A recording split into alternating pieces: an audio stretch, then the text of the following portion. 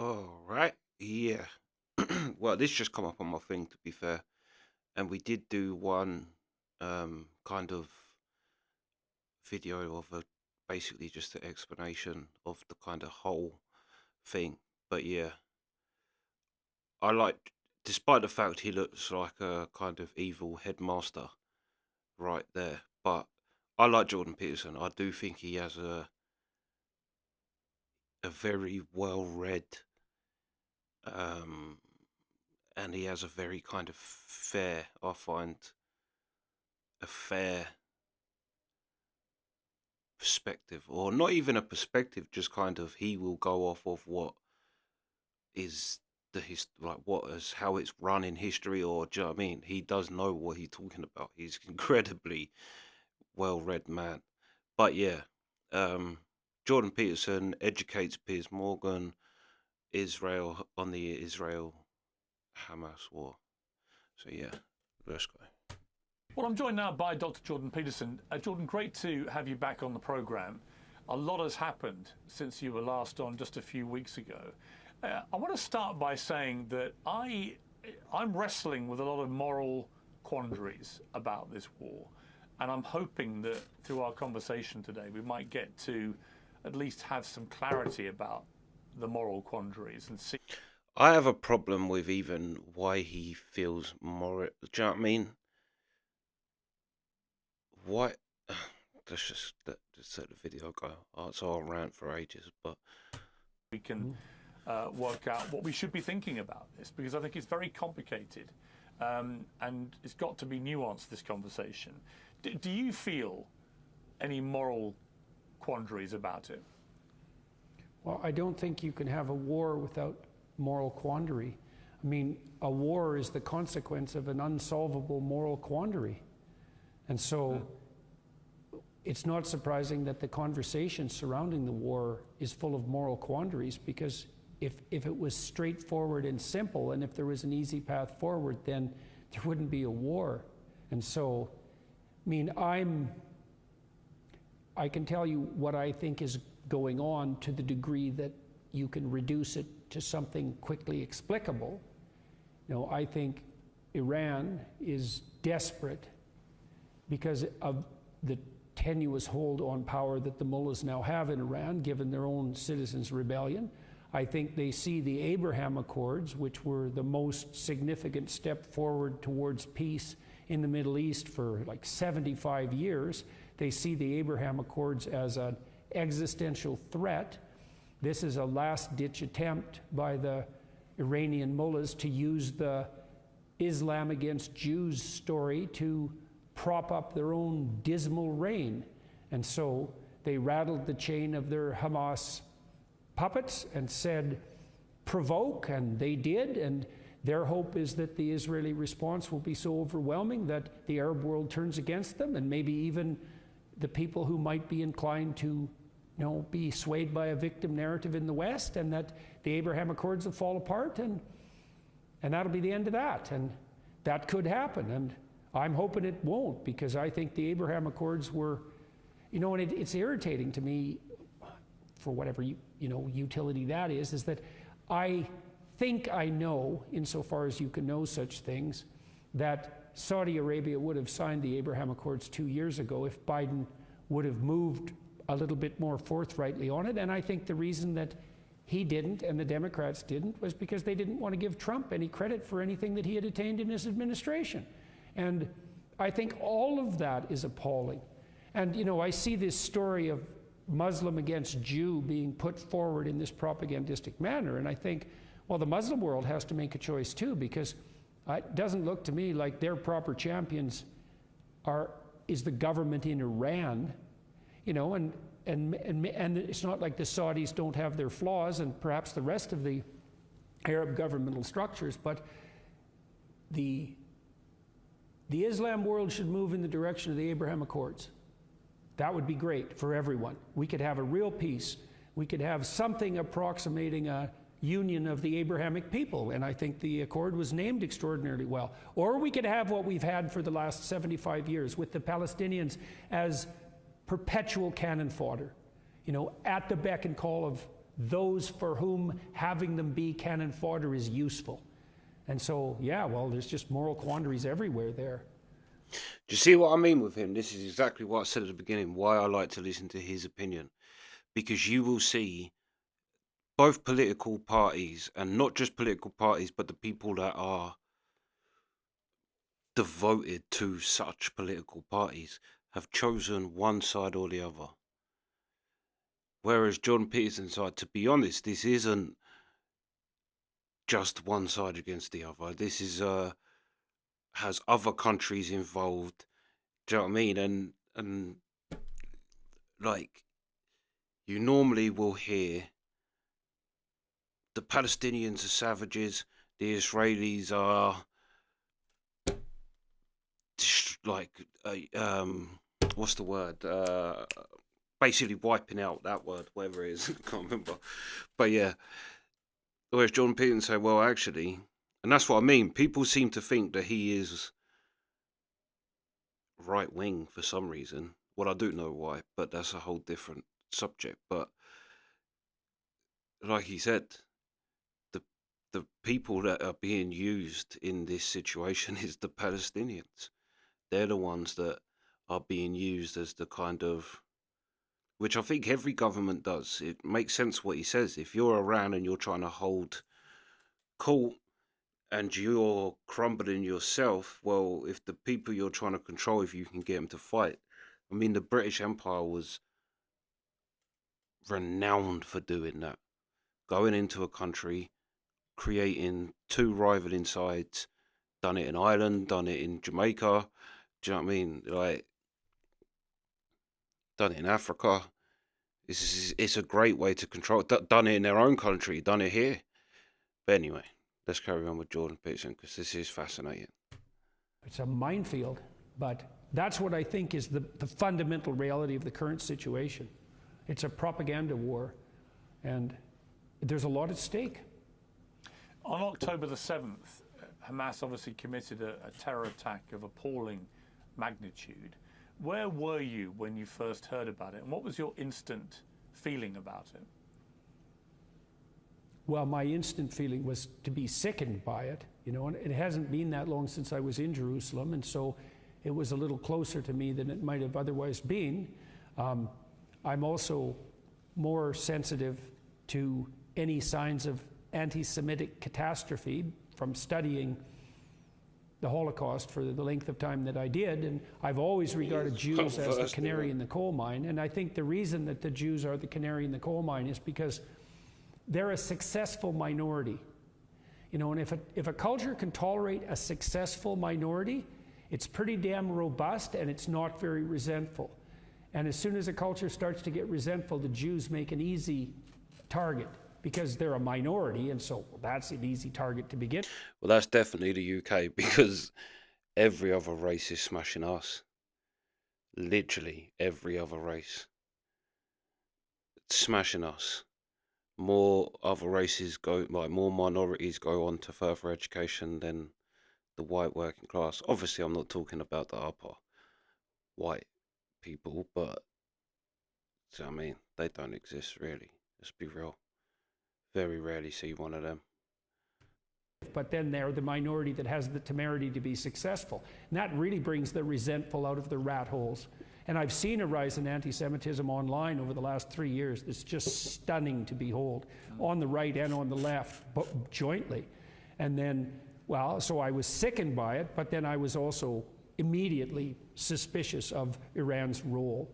And I mean, that doesn't require any particular perspicacity on my part. I think it's quite obvious, but that also opens up the rat's nest of the maneuvering, the political maneuvering around the Abraham Accords, because, you know, I was very ill when the Abraham Accords were signed, and I couldn't or hadn't paid much attention. And when I sort of recovered my ability to see again, I saw that this remarkable peace process had taken place, and I could not understand for the life of me why it wasn't trumpeted on the front page of every newspaper across the world. And I also think that Trump's team should have got a Nobel Peace Prize for it. I cannot see how you can possibly make a counter-argument to that for all of Trump's flaws and for his administration's flaws. This was a major accomplishment. And yet And I know the Saudis were behind it. You know, they didn't sign it, but it wouldn't have gone forward without their nod and wink. And I believe, that if Biden would have taken the opportunity and been a bit magnanimous in his response to Trump, which he could have been, instead of thinking of him as Satan himself, that he could have enticed the Saudis into a peace accord. And we wouldn't be in this damn situation now. And now we're playing it out the hard way, you know, because the Iranians could win the propaganda war, and they've got, God only knows how many agents they have in the West, you know, promoting the kind of social upheaval that we've seen on the streets in the last few weeks. Do you know, yeah, for all the people now that are going to get angry because he said something good about Trump, he's not a supporter of Trump. He says that, like he said, there's lots of faults, but I've seen him say before that for a leader, it doesn't matter how good he is, he's too divisive. You can't have a leader that divisive where the opposite sides are fighting each other. You can't run a country like that. So for all the people that are going to jump on him just because he said something good about Trump, and Trump did do some good things. It was obvious he was going to do. He's a businessman, and a country is a business. If you don't believe me, look up that website which has all the businesses, all the registered businesses, and your country will be on there. It's a business, and if you want to run a business, like, it's the same reason why musicians aren't in control of the money side, because musicians don't really care about that, but you need someone who actually is to make sure. There's a great clip of Bob Dylan's manager. Bob Dylan's like a kid basically, but people are starting to like love him, and his manager, I think he's talking to the BBC, and they're like, we can pay $2,000. His manager's like, $5,000, and you got to realize this is like back in the 60s. That's a lot of money. And they're like, well, in our budget we have enough for $2,000. He's like, $5,000. I can put him anywhere for $5,000. People will take my arm off for $5,000. Why would I give him to you for two? And you see that a musician's not going to do that because they don't really care about money. To a musician and an artist, $5,000, $2,000, what's the difference? But to someone who's actually, that's why you needed someone like Trump. But like Jordan Peterson said, Trump is far too divisive to pull a country in the same way, in the same way. Because like he said, people will go against Trump just because he's Trump. But then vice versa, people would do that to Joe Biden if he did do something good. The narrative could go either way, but I'm rooting hard for the Abraham Accords signees, and I hope they have the courage of their convictions, and I hope they can see that their way forward is the most appropriate way forward for the good of the Muslim world. Or what, are we going to stay in some 14th century conflict between the fundamentalist Muslim world and the Jews? Jesus, that sounds, you know, we've had enough of that, haven't we? You'd think. I asked Ben Shapiro, what is a... I love the fact as well, because Piers Morgan, I've watched things with him, he's like, I don't like him, to be honest. He's rude, he interrupts, he thinks he knows things, he does things to antagonize. But you see, like, he understands that with someone like Jordan, like, you are not, if you argue with Jordan Peterson, all that's going to happen is you're about to get told off and corrected. That is, like, even my dad's in his 70s, and what he says when he watches Jordan Peterson, he's like, I feel like he's telling me off. And he's like, I sit there thinking, I didn't do anything, Jordan. But he has that very, like, well, no, you don't understand, like, you need to read this and this and this and this, and do you know what I mean? And that's why Piers Morgan's just sitting there going, was he thinking, I'm out my depth, bruv. I don't even know what he's going on about. I was about to start saying Israel's doing good. Proportionate response to what happened on October the 7th. Yeah. And he said there isn't one, that there is no proportionate response, and there shouldn't be. I mean, that in itself, you know, I asked Vivek Ramaswamy when I interviewed him at the weekend the same question, and he was basically inferring the same, but he also said that, you know, he would happily put the heads of 100 Hamas leaders on stakes along the border. as a message to people not to commit this act. I thought that was a sort of medieval barbaric response to medieval barbarism, and that eye for an eye, tooth for a tooth is not the solution. I also believe that Israel has a fundamental right not just to defend itself after what happened, but has a duty to protect its people, and it has to take that duty obviously very seriously. But if your mission statement, as they've made clear, is to eliminate Hamas completely, and Hamas live in Gaza surrounded by civilians, among civilians, you can only do that, you can only get rid of Hamas with massive civilian casualties. And that's where I have this moral quandary about how much is too much. Well, does Israel get a license to do whatever it wants to eliminate Hamas, or should there be a limit? And if so, what is that limit? well, I don't think. Of course not, because we didn't. That's how it's took the most of the most powerful countries in the world 20 years in the Middle East to just make things worse. Because if we can't go in there and just blow things up and, do you know what I mean, kill all the civilians, then why should Israel be allowed? Israel will have a license to do whatever it wants, because what will happen inevitably, and I think if I was an Iranian propagandist, I would be counting on this. Let's imagine that Israel moves against Hamas with its usual effectiveness, and they start winning, in a serious way, and the casualties mount. Well, it's a lot easier to take a victim appreciation stance against a power that's clearly winning. So Israel can't win without accruing losses along the way, because the more they manifest their military superiority, the easier it's going to be for those who cast the Palestinians as victims to gain the moral upper hand. And that doesn't mean I know what Israel should do, because I wish I had that wisdom. But what I would like to see happen, in the best of all possible worlds perhaps, would be for the signees of the Abraham Accords to say to Israel, privately first, we're not budging.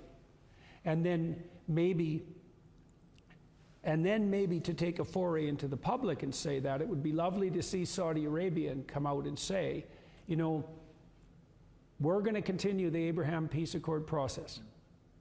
And then Israel could say, well, if the Abraham Accord holds and we have the probability of expanding it, we can take the risk of not being so devastating in our response to Hamas, and they could back off, but because there'd be a counter victory in it for them. And so I can't see a better pathway forward than that, and I think that's a potentially realistic pathway, especially because that would also have the side benefit of not allowing Iran to prevail. So that's the best I can do on how this might proceed in the most optimistic possible way. And I don't know if that's good enough or not. On October the 7th, you tweeted, "Give them hell, Netanyahu, enough is enough," and you got some blowback for that, as everybody who says anything about this. Were you surprised by the scale of the blowback? Do you wish you'd phrased that tweet differently? Do you have any regrets about it? Well, Twitter is a very complicated social media platform, and it's been difficult for me to learn how to use it wisely. And I'm not alone in that, because it's difficult to be wise on Twitter. Now, what I'm trying to learn is when a tweet is appropriate and when a long-form commentary is appropriate. And the rule, I think, is something like the higher the stakes, the more likely that the long-form commentary is necessary. And really, it would have been better had because I did release a YouTube video where I explained some of what we already talked about. I saw it, and that was received much better, let's put it that way, but it also gave me a chance to elaborate my argument. And so what it highlighted for me, and I felt, I was very taken aback by what happened in Israel. And I was also appalled because in my estimation, it was unnecessary. As I said, the Abraham Accords could have been extended earlier, and maybe this wouldn't have been necessary. And so I allowed myself to express some sentiment at that point without providing context, and that wasn't as good as providing the context. And so, and I'm rethinking Twitter overall at the moment about how to use it. You know, Elon has taken off the character limit, and he's also made it possible to distribute video. And so it no longer has to be a place where impulsive exchanges can occur rapidly. And I'm trying to reconfigure how I use it. I'm much happier with the video. Now, you know, I was upset because I had developed somewhat of a Muslim following on YouTube, and I was very happy about that. A lot of people on the Islamic side of the world were watching my biblical lectures, for example, and you know, and I've had extensive conversations with Muslims on my YouTube channel. And you know, I burnt some of that up, and I'm not sure I did that. Well, I would say I'm certain I didn't do that in the most productive manner. And so, do I regret it? It would have been better to do the long form, to have done the long form to begin with, you know? And Twitter invites and rewards a certain amount of impulsivity, and it wasn't, I don't know, Piers, I don't know if it's ever time for impulsive action, especially when the stakes are serious, you know? Yeah. Yeah. It is true, but it is also hard. It's very hard, and I think people go through that in life. But I was thinking as well, is this is no different. Like, I've been watching a lot of like criminals, and if say take London, yeah, you've got low level criminals and you got higher level. Now, if something goes along in the lower level in the criminal world between two people that have quite a big thing going, them two people will be told to come to a sit down to. No, it doesn't always work out, of course, but like you'd have thought that, yeah,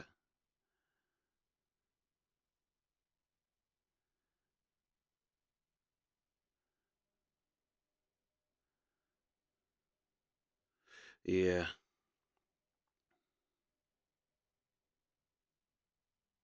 But I also agree that Twitter is just not a good, especially for someone who's in a position like Jordan Peterson is. Like he says, he does have followers. And it's not that you should change for people, but it's like, even if you disagree with someone, there's no need to go deliberately out your way to offend someone. Like, yeah, and that's what I mean. He, like, Jordan Peterson does have followings from all different walks of life, literally. But yeah, you can make a comment that, and like it's a hard thing not to be that impulsive person, and I think everybody is. I think it's impossible to.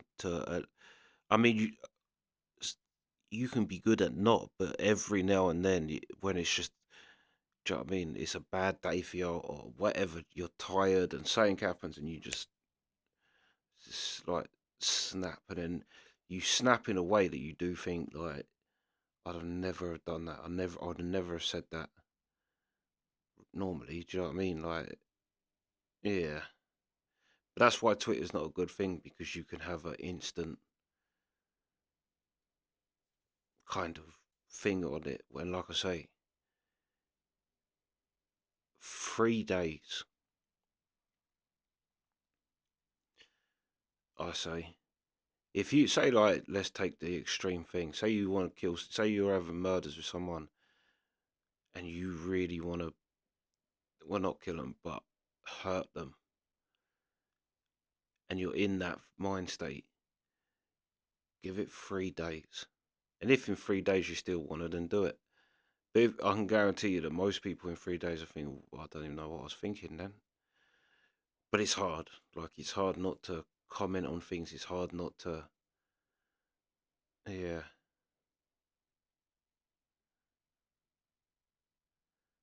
Yeah, like I say, Twitter's dangerous for that.